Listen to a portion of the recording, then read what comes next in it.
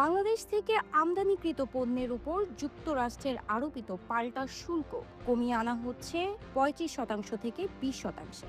৩১ জুলাই বৃহস্পতিবার এক নির্বাহী আদেশে মার্কিন প্রেসিডেন্ট ডোনাল্ড ট্রাম্প এই নতুন শুল্ক হার ঘোষণা করেন।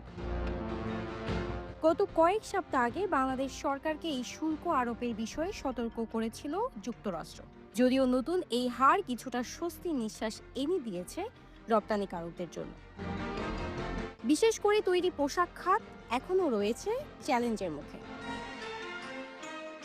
বাংলাদেশের রপ্তানি আয়ের ৮০% বেশি আসে তৈরি পোশাক শিল্প থেকে। এই বছরের ২রা এপ্রিল বাণিজ্য ঘাটতির অজুহাতে একাধিক দেশের বিরুদ্ধে উচ্চ শুল্কের ঘোষণা দেয় ট্রাম্প প্রশাসন। তবে ৯ এপ্রিল আলোচনার সুযোগ নিয়ে শুল্ক আরোপ স্থগিত করা হয় ৩ মাসের জন্য।